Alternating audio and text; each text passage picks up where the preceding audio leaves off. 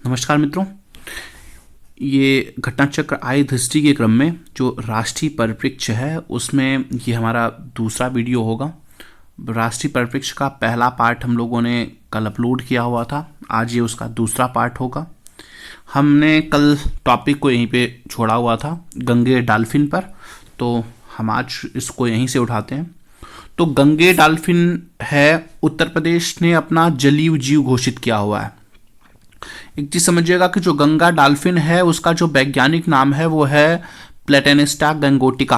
प्लेटेनिस्टा गंगोटिका उसका नाम है। और ये जो गंगे डॉल्फिन है ये बेसिकली कहाँ पाई जाती है, तो याद रखिएगा ये मीठे वाटर में पाई जाएगी, फ्रेश वाटर में पाई जाएगी। और समझिएगा कि कुल जो 4 प्रकार की डॉल्फिन पाई जाती हैं अभी वर्तमान समय में पूरे विश्व में, कुल 4 प्रकार की डॉल्फिन है। तो पहले प्रकार की गंगा डॉल्फिन है जो फ्रेश वाटर में पाई जाएगी। जो बाकी 3 डॉल्फिन है उसमें में से देखिए कहाँ कहाँ कौन कौन सी पाई जाती हैं। तो यांगसे नदी पर चीन में पाई जाती है बैजी डॉल्फिन, सिंधु नदी में पाई जाती है भूलन डॉल्फिन, और अमेजन नदी में पाई जाती है बोटो डॉल्फिन। इतनी डॉल्फिन हैं जो और चीज़ें जगहों में पाई जाती हैं। इसमें 2006 में जो चीन की नदी डॉल्फिन है उसको विलुप्त घोषित कर दिया गया है, तो इसीलिए ये है आप में। और देखिए इनमें इन डॉल्फिनों को जो है, ये गंगा नदी की डॉल्फिन है, इसको टाइगर ऑफ द गंगा भी कहते हैं। तो टाइगर ऑफ द गंगा इसे कहा जाता है बेसिकली। यहाँ देखिए इनमें ना ये बेसिकली ना अपना खाना, अपना जो शिकार करती हैं वो परागध्वनियों को सुनकर, ये परागध्वनि इनकी शरीर से निकलती रहती है, वो जो टकरा करके वापस आती है उसके थ्रू ये पहचान पाती हैं कि सामने कोई जीव है और उसी के द्वारा ये अपना भोजन का प्रबंध कर पाती हैं। अर्थात ये जीव ऐसे हैं जिनके शरीर से अल्ट्रा निकलती रहती है। अरे यार, पहली बात ये है कि इससे पहले भी उत्तर प्रदेश सरकार ने अपना जो जलीय जीव घोषित किया हुआ है, इससे पहले भारत की जो केंद्र सरकार है वो मई 2010 में गंगा नदी डॉल्फिन को राष्ट्रीय जलीय जीव घोषित कर चुकी है। राष्ट्रीय जलीय जीव घोषित कर चुकी है और उत्तर प्रदेश ने प्रदेश जलीय जीव इसे घोषित किया हुआ है। और उत्तर प्रदेश के अलावा 2008 में गंगा नदी डॉल्फिन को असम सरकार ने राज्य का क्या घोषित किया हुआ है, तो जलीय पशु घोषित किया हुआ है। 19 में पंजाब ने सिंधु नदी की डॉल्फिन को अपना जलीय जीव घोषित किया हुआ है। तो याद रखिएगा असम और उत्तर प्रदेश की एक ही राज्य जलीय पशु है, वो है गंगा डॉल्फिन, और भारतीय मतलब केंद्र सरकार ने भी उसी को ही राष्ट्रीय जलीय जीव घोषित किया हुआ है। जबकि पंजाब का है कौन सा, सिंधु नदी डॉल्फिन है। ये भी याद रखना है कि, ध्यान रखना है कि उत्तर प्रदेश की जो राज्य मछली है वो ये नहीं है, राज्य मछली है उसकी चितला मछली। उसको याद रखिएगा, अगर पूछे कि उत्तर प्रदेश की राज्य मछली इसे घोषित किया गया है किसे, गंगा डॉल्फिन को, तो ये गलत बात है। जो उसकी राज्य मछली है वो है चितला, यह केवल जलीय जीव घोषित हुआ है। यहाँ पे तो बिहार वाले से कोई मतलब है नहीं आपका, बिहार वालों ने देसी मांगूर को अपना राज्य मछली घोषित किया हुआ। तो आयुषीएन की जो रेड लिस्ट है उसमें गंगा नदी जो डॉल्फिन है वो इंडेंजर्ड सूची में है, यानी कि संकटग्रस्त की सूची में है। और जो वन्य जीव संरक्षण अधिनियम 1972 है उनकी अनुसूची 1 में, यानी कि शेड्यूल 1 में वो शामिल है। जबकि साइट्स में convention on the international trade in the endangered species of the wild flora and fauna की परसिस्ट 1 में, यानी कि अपेंडिक्स 1 में शामिल है। तो याद रखिएगा तीनों सूची आयुषीएन की इंडेंजर्ड सूची में शामिल है, कौन, गंगा डॉल्फिन, और वन्य जीव संरक्षण अधिनियम 1972 की अनुसूची 1 में शामिल है, साइट्स के अपेंडिक्स 1 में शामिल है। इसके साथ ही साथ में एक मछली और चर्चा में रही है जिसका नाम है घोल मछली। तो घोल मछली को गुजरात का जो राज्य मछली है उसे अनाउंसमेंट किया गया है कि यह गुजरात की क्या बनेगी, राज्य मछली बनेगी। उत्तर प्रदेश की राज्य मछली चितला है। इसका नाम देखो, घोल मछली का राष्ट्रीय नाम है प्रोटोनिबिया डाइकैंथस, और यह भारत में पाई जाने वाली सबसे बड़ी मछलियों में से एक है, सबसे बड़ी मछलियों में से एक है। इसका घोल मछली का देखो कलर कैसा है, तो ये गोल्डन ब्राउन कलर का है। तो और ये गुजरात के साथ साथ में महाराष्ट्र के क्षेत्रों में भी पाई जाएगी। तो प्रश्न में ये भी रहेगा कि यह केवल गुजरात के क्षेत्रों में पाई जाती है, नहीं, यह गुजरात के साथ साथ में महाराष्ट्र के क्षेत्रों में भी पाई जाएगी और इसे गोल्ड फिश के नाम से भी जानते हैं। तो घोल मछली को गोल्ड फिश के नाम से भी जानते हैं, सुनहरे भूरे कलर में है ये। और कारण क्या था? तो ये इसका आर्थिक मूल्य ज्यादा है, ज्यादा महंगी बिकती है। इसकी विशिष्टता के कारण ही इसे क्या किया गया है, राज्य मछली का दर्जा दिया गया है। तो कि यहां पर एक और जान ले कि गंगा नदी के किनारे गंगा नदी डॉल्फिन के संरक्षण के लिए विक्रमशिला डॉल्फिन अभ्यारण्य, जो कि बिहार में है, इसको बनाया गया है ताकि आसानी से बहुत अच्छे तरीके से गंगा नदी डॉल्फिन जो है उनको प्रोटेक्ट किया जा सके। इसके लिए बिहार के भागलपुर में विक्रमशिला गंगा डॉल्फिन अभ्यारण्य बनाया गया है। भारत में देखिए हमें ये मनाया जाता है 5 अक्टूबर को राष्ट्रीय डॉल्फिन दिवस। और यहां पे देखिए 15 अगस्त 2020 को स्वतंत्रता दिवस के अवसर पर प्रधानमंत्री मोदी ने नदी और समुद्री दोनों डॉल्फिनों के संरक्षण को बढ़ावा देने के लिए प्रोजेक्ट डॉल्फिन लॉन्च किया हुआ था। तो प्रोजेक्ट डॉल्फिन का अनाउंसमेंट कब हुआ था? तो याद रखिएगा 15 अगस्त 2020 को। अगला देख लेते हैं, ये आयुर्वेद ज्ञान नैपुण्य पहल। इसमें बड़ा एक इंपॉर्टेंट है, इसमें एक ही सवाल बन सकता है बेसिकली कि हाल ही में चर्चा में रहा अग्नि पहल, इसका शॉर्ट फॉर्म है अग्नि। तो पूछा जाएगा अग्नि पहल क्या है? तो याद रखिएगा अग्नि से मतलब है ए फॉर आयुर्वेदिक, यहां पे देखिएगा, यहां पे आयुर्वेद ज्ञान नैपुण्य इनिशिएटिव यानी कि पहल, ये इसका फुल फॉर्म है आयुर्वेद ज्ञान नैपुण्य पहल। पूछा जाएगा कि हाल ही में चर्चा में रहा अग्नि पहल किससे संबंधित है? तो याद रखिएगा कि अग्नि पहल जो है वो एक आयुर्वेदिक चिकित्सकों में बेसिकली यहां पर देखिए कि आयुर्वेद ने हाल ही में बहुत बढ़िया काम करते हुए कई ऐसे रोगों का भी इलाज किया हुआ है जो कि एक दीर्घकालिक रोग थे, लेकिन इनका सफलतापूर्वक इलाज किया है। और इन्हीं का विस्तृत बताने के लिए, इन्हीं के बारे में बताने के लिए अग्नि पहल को लॉन्च किया गया है बेसिकली। अगला है हमारा भारतीय भेषज संहिता आयोग यानी कि पीडीजी का सदस्य हो जाएगा भारत। भेषज संहिता यानी कि जो हमारे पास में ये है आईपीसी इंडियन इसका नाम है इंडियन फार्माकोपिया।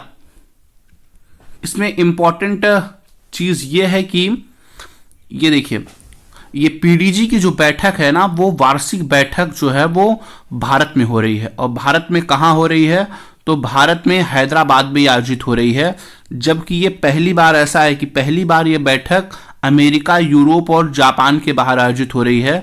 तो अमेरिका, यूरोप और जापान के बाहर पहली बार आयोजित हो रही है और ये हुई है भारत के हैदराबाद में संपन्न। तो इसके लिए क्या है, ये बहुत इंपॉर्टेंट चीज बन जाता है। इसमें सवाल ये पूछ सकता है कि हाल ही में जो पीडीजी बैठक हुई है, फार्माकोपियल वार्ता समूह की जो बैठक हुई है, वार्षिक बैठक, उसका आयोजन कहाँ किया गया है? तो याद रखिएगा उसका आयोजन हैदराबाद में हुआ है। और ये भारत, ये इन देशों के अलावा अमेरिका, यूरोप और जापान के अलावा ये पहली बार किसी बाहर की कंट्री में हुआ है। इस बात की याद रखिएगा। इसमें सबसे खास बात यह है कि इस बैठक के दौरान जो भारतीय भेषज संहिता है, भारतीय भेषज संहिता आयोग है, उसको पीडीजी का अस्थायी सदस्य के रूप में क्या कर लिया गया है, शामिल कर लिया गया है। ये बहुत सबसे खास बात है। इससे फायदा क्या होगा? इससे फायदा ये होगा कि अब हम जो पीडीजी के में शामिल होने से अब भारत को एक अंतर्राष्ट्रीय मंच मिल जाएगा। अंतर्राष्ट्रीय मंच कहने का यह मतलब है कि भारत अब अपने जो गुणवत्ता मानक हैं, अपने अनुरूप जो दवाइयों का है, उनको हम विश्व लेवल पर क्या कर सकते हैं, लेके जा सकते हैं और उनको हम एक्सपेंड कर सकते हैं। यहाँ पे वैश्विक दवाओं के अनुरूप गुणवत्ता मानक को डिजाइन करता है। घरेलू और वैश्विक बाजारों के लिए विश्वसनीय फार्मास्यूटिकल तैयार हो सकेंगे इससे, बेसिकली दवाओं वगैरह के बारे में अब हम वर्ल्ड लेवल पर ठीक ठाक दवाओं को भेज सकते हैं या बेच सकते हैं। एक अगला जो चीज है वो है बहुत इंपॉर्टेंट है। ये क्वेश्चन मुझे लग रहा है कि आयोग जरूर पूछेगा कि समक्का शरक्का केंद्रीय जनजातीय विश्वविद्यालय है। तो समक्का शरक्का केंद्रीय विद्यालय का मतलब ये है कि कहाँ हुआ है ये, तो याद रखिएगा इनके बारे में कुछ हम पहले इनका बैकग्राउंड देख लेते हैं। तो यह भारत का जो समक्का सरक्का है, ये समक्का सरक्का जठारा, ये भारत में कुंभ मेला के बाद में दूसरा सबसे बड़ा मेला है। भारत में सबसे बड़ा मेला कुंभ मेला है, उसके बाद में दूसरा सबसे बड़ा मेला कौन है? समक्का सरक्का जठारा मेला है। इसे मेदाराम जठारा के नाम से भी जानते हैं, मेदाराम जठारा। और यह एशिया का सबसे बड़ा जनजाति मेला है, यानी कि लार्जेस्ट ट्राइबल फेयर है। और इसमें बेसिकली कौन जाता है? तो एक तेलंगाना जो राज्य है, तेलंगाना राज्य की जो कोया जनजाति है वह इसमें पार्टिसिपेट करती है। और सबसे खास बात कि यह मेला हर साल नहीं लगता, यह मेला हर दूसरे साल पे लगता है, यानी कि 2-2 साल पर लगता है, अर्थात ये द्विवार्षिक मेला है। ये तेलंगाना के मुलुगु जिले में ये आयोजित किया जाता है। और यह बेसिकली जो दो जनजाति वो हैं, माँ बेटी हैं बेसिकली, समक्का और सरलम्मा यानी कि सरक्का, उन्हीं दोनों ने क्या जनजाति विद्रोह किया हुआ था, जो कि 12वीं शताब्दी में काकतीय शासकों ने सूखे की स्थिति के बावजूद भी इनसे करारोपण यानी कि टैक्स ले रहे थे, उसके विरोध में इन माँ और बेटियों की जो जोड़ी थी, जो जनजातियां था, उन्होंने विरोध कर दिया था। उसी के उपलक्ष्य में हर साल यह एक राज्य उत्सव के रूप में क्या कहता है, मनाया जाता है। तो प्रधानमंत्री नरेंद्र मोदी ने यहाँ पर इसी नाम से, समक्का सरक्का के नाम से, यहाँ पर एक जनजाति विश्वविद्यालय खोलने की वो किया है, जिसके लिए उन्होंने केंद्रीय विश्वविद्यालय अधिनियम 1909 में क्या किया है, 2009 में क्या किया है, संशोधन किया है। इन संशोधन के परिप्रेक्ष्य में, संशोधन के बाद में यहाँ पर समक्का सरक्का केंद्रीय जनजाति विश्वविद्यालय का स्थापना किया जाएगा, और जो कि उसी जिले में होगा, यानी कि मुलुगु जिले में होगा, तेलंगाना के। ठीक है, तो बस इतना ही। ये इंपॉर्टेंट नहीं है कि 7 दिसंबर को लोकसभा से और 13 दिसंबर को राज्यसभा से पारित हुआ, ये इतना इंपॉर्टेंट नहीं है। बस याद रखिएगा समक्का सरक्का केंद्रीय जनजाति विश्वविद्यालय कहाँ हो रहा है, तो तेलंगाना के मुलुगु जिले में स्थापित हो रहा है। तो समक्का सरक्का कौन है? बेसिकली ये माँ बेटी की एक जनजाति जोड़ी है, जो काकतीय शासकों के विरुद्ध में इन्होंने आंदोलन किया हुआ था। सूखे के समय में भी इनसे टैक्स वसूला जा रहा था, उसलिए। अगला जो चीज़ है वो है travel for life. Travel for life में हम देख पाएंगे कि ये जो लाइफ मिशन है, मिशन लाइफ मोदी जी ने शुरू किया हुआ था पर्यावरण के लिए। इन्होंने इसका फुल फॉर्म दिया था लाइफ का, कि लाइफ स्टाइल फॉर एनवायरनमेंट, और उसी का ही ये अपडेटेशन फॉर्म है। इसको मोदी जी ने UNFCCC की जो ग्लासगो में बैठक हो रही थी, उसी में इसको उन्होंने किया हुआ था। जो COP26 था, COP26 में इन्होंने लाइफ के कॉन्सेप्ट को दिया हुआ था, और उसी को आगे बढ़ाते हुए यहाँ पे देखिए ट्रेवल ऑफ लाइफ नया इनिशिएटिव शुरू किया गया है। ट्रेवल फॉर क्या लाइफ, इसको ग्लोबल रूप दिया जा रहा है। और इसका उद्घाटन कहाँ हुआ है? तो भारत मंडपम में हुआ है, नई दिल्ली में। ठीक है, इस कार्यक्रम को केंद्रीय पर्यावरण वन जलवायु परिवर्तन मंत्रालय, संयुक्त विश्व पर्यटन संगठन यानी कि UNWTO, राष्ट्र पर्यावरण कार्यक्रम UNEP, ये सब मिल करके क्या कर रही हैं, इसको चलाने के उसमें कर रही हैं। और इसमें बेसिकली जो 8 केंद्रीय विषय हैं उनको आप लोग देख लीजिएगा, कि ऊर्जा की बचत को इसमें ध्यान दिया जाएगा, जल की बचत ध्यान दिया जाएगा, एकल प्रयोग जो प्लास्टिक वाले होते हैं, सिंगल यूज प्लास्टिक, उनको बैन करने की बात की गई है, अपशिष्ट को कम करने की बात की गई है, स्थानीय व्यवसायों और समुदायों का सशक्तिकरण, स्थानीय संस्कृति और धरोहर का सम्मान करना, स्थानीय खाद्य पदार्थों का सेवन करना, उनको बढ़ावा देना है, प्राकृतिक धरोहर का संरक्षण करना है। ट्रेवल फॉर लाइफ के लिए दो अलग अलग क्षेत्रों में इनको शुरू किया गया है।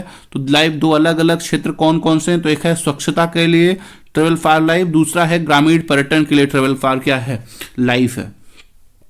ठीक है, ये चीज शुरू किया गया। इसमें देखिए सर्वश्रेष्ठ पर्यटन ग्राम प्रतियोगिता हुई थी हाल ही में। इस प्रतियोगिता में एक बातें ध्यान देनी कि सबसे अच्छा जो गांव वो उभर करके आया है वो है दादर, और किस जिले में है तो बांदीपोरा यानी कि जम्मू कश्मीर में ये मिला है। फिर दूसरा मिला है सरमोली को, और रजत श्रेणी में याद रखिएगा उत्तर प्रदेश का एक गांव है कुरौना गांव। तो इसको कौन सी श्रेणी में रखा गया है? तो रजत श्रेणी में रखा गया है। तो रजत श्रेणी में इसको रखा गया है उत्तर प्रदेश के कुरौना गांव को। बाकी सर्वश्रेष्ठ पर्यटन ग्राम में उत्तर प्रदेश का और कोई गांव है नहीं। टॉप पर है दावर, जो कि जम्मू एंड कश्मीर का है। भारत ऑर्गेनिक ब्रांड्स, इसको भी देख लेते हैं। भारत ऑर्गेनिक ब्रांड्स में बेसिकली ये इसको शुरू किया है प्रधानमंत्री मोदी ने। कब किया है? तो 11 जनवरी 2023 को किया है। यह सहकारी ऑर्गेनिक लिमिटेड, ये जो कंपनी है NCOL यानी कि नेशनल कॉर्पोरेशन ऑर्गेनिक्स लिमिटेड, इसको मंजूरी प्रदान की है। तो NCOL यानी कि NCOL बनाया जा रहा है। इसका जो वो है विजन है मोदी जी का, सहकार से समृद्धि, उसको बढ़ावा देने की बात की जा रही है। और इसको जो स्थापित किया जाएगा और इसका जो मुख्यालय बनाया जाएगा वो बनाया जाएगा गुजरात के आनंद में। तो ये बात ध्यान रखिएगा, गुजरात के आनंद में इसका मुख्यालय बनाया जाएगा।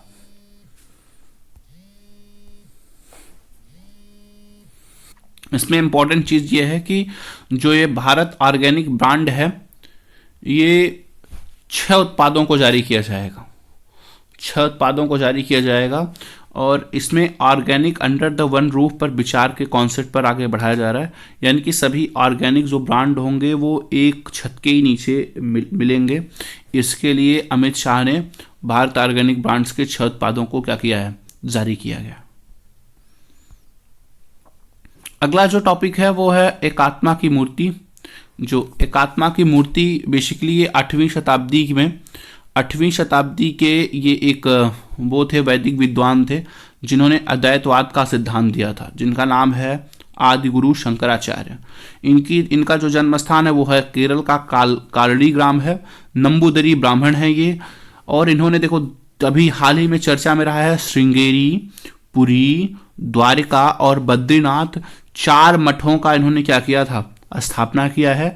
अर्थात भारत में इस समय 4 शंकराचार्य हैं, श्रृंगेरी पे, पुरी और द्वारिका और बद्रीनाथ, 4 शंकराचार्य हैं। और यहाँ पर इन्होंने शिवराज सिंह चौहान ने मध्य प्रदेश में यहाँ पर जो मूर्ति लगी है एकात्मा की मूर्ति शंकराचार्य की, इसका क्या किया है? उद्घाटन किया है।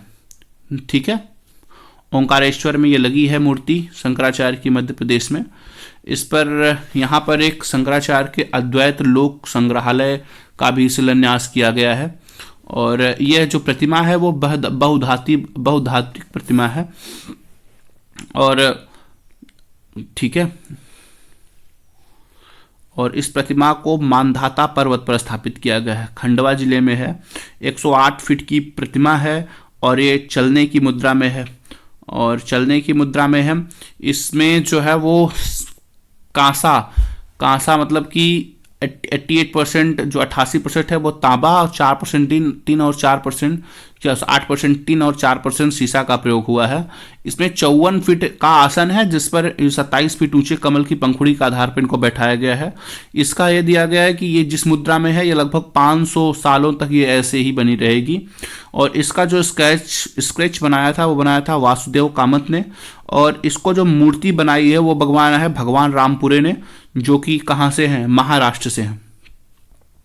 भारत में अन्य स्थापित जो मूर्तियां हैं उनको भी देख लीजिए। स्टैच्यू ऑफ यूनिटी गुजरात में है, तिरुवल्लूर प्रतिमा तमिलनाडु में है, गोमतेश्वर प्रतिमा कर्नाटक में है, हनुमान मूर्ति नई दिल्ली में है, भगवान मुरुगन प्रतिमा तमिलनाडु में है, मुर्देश्वर भगवान शिव की प्रतिमा कहाँ है? कर्नाटक में। अभी इस सवाल एक बार और चर्चा में रहा है स्टैच्यू ऑफ इक्वेलिटी। 14 अक्टूबर 2023 को अमेरिका के मैरीलैंड प्रांत में ये लगाई गई है।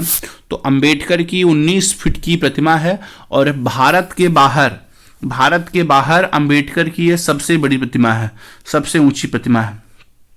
अभी जो हैदराबाद में जो प्रतिमा लगी है उसी की फोटो कॉपी है, यानी कि प्रतिकृति है ये।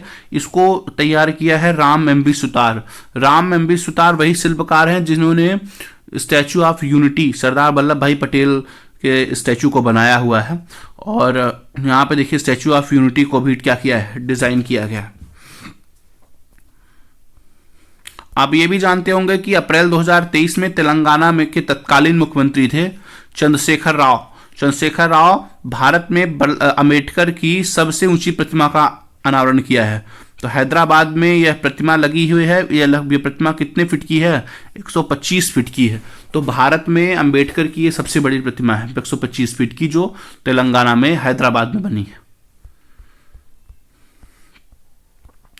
अगला है कि राष्ट्रीय हल्दी बोर्ड का गठन हुआ है, देख लीजिए इनमें। इसमें यह है कॉन्सेप्ट की हल्दी पे पूछा जाता है पीसीएस के एग्जामों में, इसका वैज्ञानिक नाम क्या है या वनस्पति का। तो कुर्कुमा लंगिया जिंजबेरी परिवार का एक पुष्पीय पादप है। और एक ये कैसा है? ये सदाबहार और औषधि गुणों से युक्त है बेसिकली।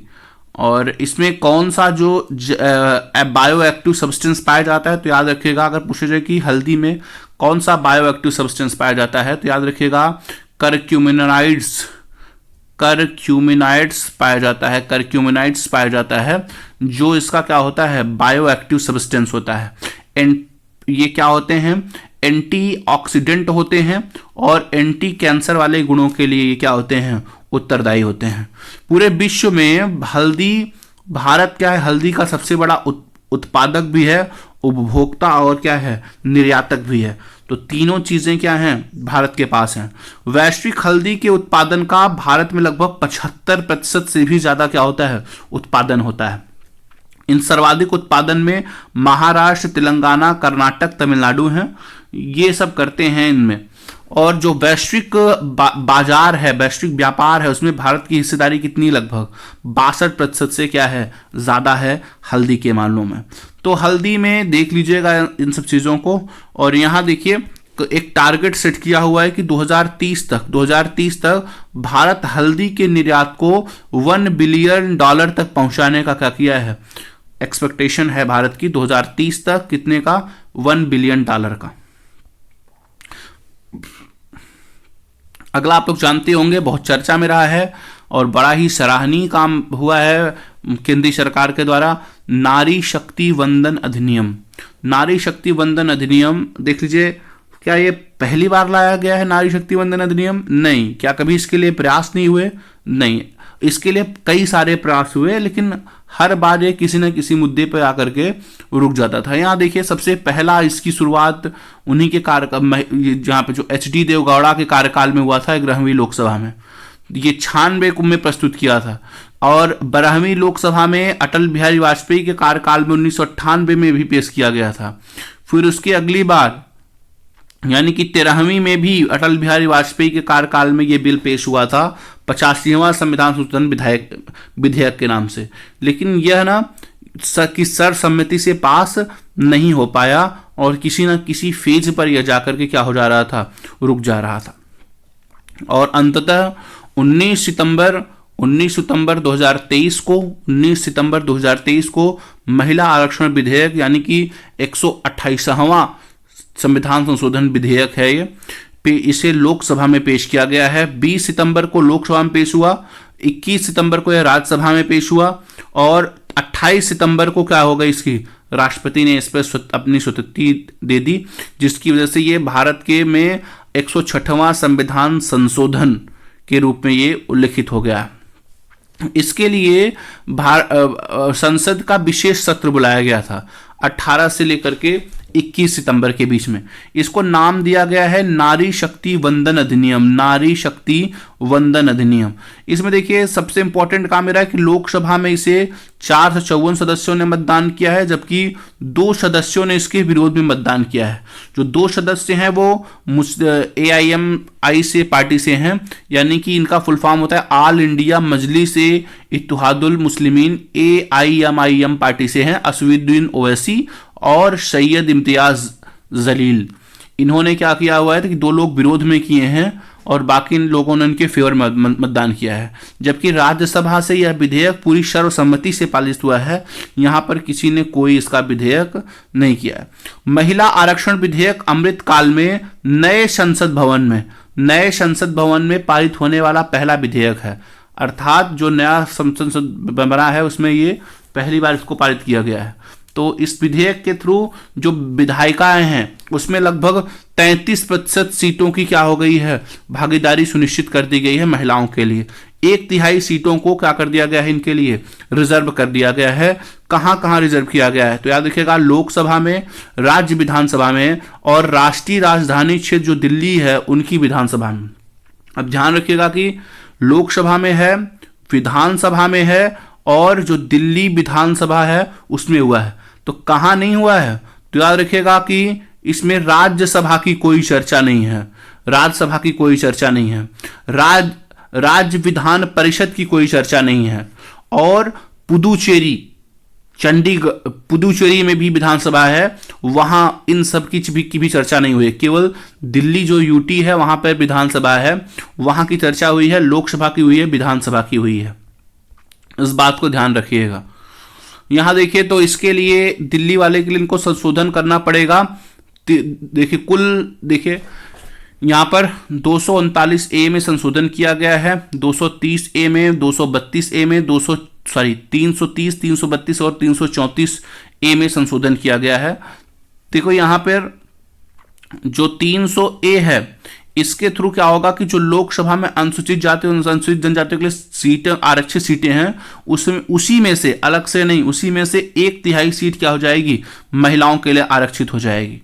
ये ऐसा प्रावधान बनाया गया। 232 के तहत में प्रत्येक राज्य की विधानसभा में महिलाओं के लिए 1/3 सीट क्या कर दिया गया है, आरक्षित कर दिया गया है।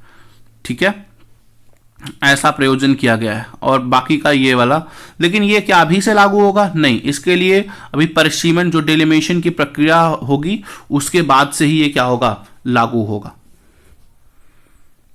और इसको शुरुआत में कितने साल के लागू किया गया है, तो याद रखिएगा इसको स्टार्ट में 15 वर्ष के लिए लागू किया गया है। बाद में संसद क्या करेगी, इसको आगे बढ़ा सकती है। तो वो है आयुष्मान भव अभियान। आयुष्मान भव अभियान को जो हमारा एसडीजी का गोल 3 है, वहां पर दिया गया था कि अच्छे स्वास्थ्य और कल्याण से संबंधित चीजों को क्या किया जाएगा, बढ़ावा दिया जाएगा। तो आयुष्मान भारत के 4 स्तंभ इसके अंतर्गत शामिल किए गए हैं।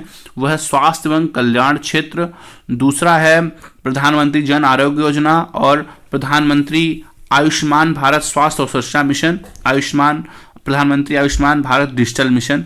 इन चीज़ों को मिक्स करके बेसिकली 13 सितंबर 2023 को राष्ट्रपति द्रौपदी मुर्मू ने गांधीनगर के गुजरात से इसको शुरुआत मतलब इनॉग्रेट किया हुआ है। तो याद रखिएगा कि इसको प्रधानमंत्री मोदी ने नहीं बल्कि राष्ट्रपति द्रौपदी मुर्मू ने इनॉग्रेट किया हुआ है और गुजरात के गांधीनगर से किया हुआ है। ठीक है, और इसके अभियान को केंद्रीय स्वास्थ्य एवं परिवार कल्याण मंत्रालय द्वारा इसको प्रारंभ किया गया है और यह एक व्यापक राष्ट्रव्यापी स्वास्थ्य सेवा पहल है। ठीक है, इसमें याद रखिएगा कि इसके अंतर्गत में आयुष्मान को जो प्रधानमंत्री जन आरोग्य योजना की जो आईडी है वो उसके थ्रू इसमें तपेदिक और सिकल सेल रोग जांच का प्रबंधन सेवाओं के बारे में क्या बढ़ाया जाएगा, जागरूकता बढ़ाया जाएगा। इनमें आयुष्मान भारत अभियान में 3 घटक बनाए गए हैं और सेवा पखवाड़ा भी आयोजित हुआ है 17 सितंबर से लेकर के 2 अक्टूबर गांधी जयंती तक। तो 3 जो घटक हैं वो हैं आयुष्मान आपके द्वार 3.0, आयुष्मान मेला और आयुष्मान सभा। आरोग्य मंथन का भी देख लीजिए इनमें एक बार कि 23 सितंबर को आयुष्मान भारत प्रधानमंत्री जन आरोग्य योजना कार्यान्वयन को 5 वर्ष पूरे हुए हैं और इसमें भारत जो डिजिटल मिशन है उसकी ये दूसरी वर्षगांठ थी और इन पे देखिए 2/3 का आरोग्य मंथन का आयोजन किया गया था इसी के उपलक्ष्य में और यह दिल्ली में आयोजित हुआ था। दिल्ली के कहां पर, विज्ञान भवन में। इस अवसर पर यहाँ ये इंपॉर्टेंट है कि सबसे ज़्यादा 3 रिपोर्ट्स आई हैं। सर्वाधिक संख्या में उपचार के संदर्भ में बड़े राज्यों में जो इस पीएम जय यानी प्रधानमंत्री जन आरोग्य योजना को सबसे ज़्यादा यूटिलाइज किया और सबसे ज़्यादा यूज़ किया हुआ है। तो उसमें बड़े राज्यों में केरल है नंबर 1 पर, छोटे राज्यों में मेघालय ठीक ठाक संख्या में यहाँ पर ट्रीटमेंट हुए हैं, केंद्र शासित प्रदेशों में पुडुचेरी का स्थान है जहां पर ये ठीक ठाक चीज़ों में यूज हुआ है। अगर ये पूछा जाए कि सबसे ज़्यादा कहां पर ये कार्ड बने हैं तो सर्वाधिक आयुष्मान कार्ड बनाने वाले राज्यों में बड़े राज्यों की सूची में असम है, छोटे राज्यों की सूची में नागालैंड में सबसे ज़्यादा बना है, केंद्र शासित प्रदेशों में सबसे ज़्यादा ये कहाँ बना है, जम्मू एंड कश्मीर में। तो फिर से समझिएगा कि सबसे ज़्यादा प्रधानमंत्री जन आरोग्य योजना और एबीडीएम से सबसे ज़्यादा इलाज कहाँ हुआ है, तो बड़े राज्यों में केरल में, छोटे राज्यों में मेघालय में, और केंद्र शासित प्रदेश में पुडुचेरी में सबसे ज़्यादा लोगों का ट्रीटमेंट यानी कि इलाज हुआ है। जबकि सबसे ज़्यादा कार्ड, जन आरोग्य योजना के सबसे ज़्यादा कार्ड अगर कहीं बनवाए गए हैं तो उसमें असम नंबर 1 पे है। फिर छोटे राज्यों में कौन है, नागालैंड है, और केंद्र शासित प्रदेशों में जम्मू कश्मीर को इसमें क्या क्या दिया गया है, विजेता घोषित किया गया है। अगला देखते हैं कि मिथुन को खाद्य पशु का दर्जा दिया गया है। ये मिथुन एक प्रकार का क्या है, मिथुन एक प्रकार का जो पशु है, ये बेसिकली अरुणाचल प्रदेश में इसकी संख्या क्या है, ज़्यादा पाई जाती है। लेकिन इसके अलावा भी ये नागालैंड, मणिपुर और मिजोरम के वनों में पाया जाता है। इसकी संख्या लगभग 3.5 लाख से ज़्यादा है। तो जो FSSAI है, food safety standard authority of India ने इसको आधिकारिक रूप से खाद्य पशु के रूप में क्या दिए है, मान्यता दिया गया है। और इस ICR के द्वारा प्रत्येक 1 सितंबर को मिथुन दिवस यानी कि उसका मनाया जाता है। ठीक है, बस यही है कि इसमें केवल एक सवाल पूछेगा कि हाल ही में किस जानवर को खाद्य पशु का दर्जा दिया गया है, तो याद रखिएगा बस यही है। अगला है भारत का पहला सौर शहर। तो भारत का पहला जो सौर शहर घोषित हुआ है वो है सांची को। सांची कहाँ है, मध्य प्रदेश के रायसेन जिले में ये क्या है, स्थापित है।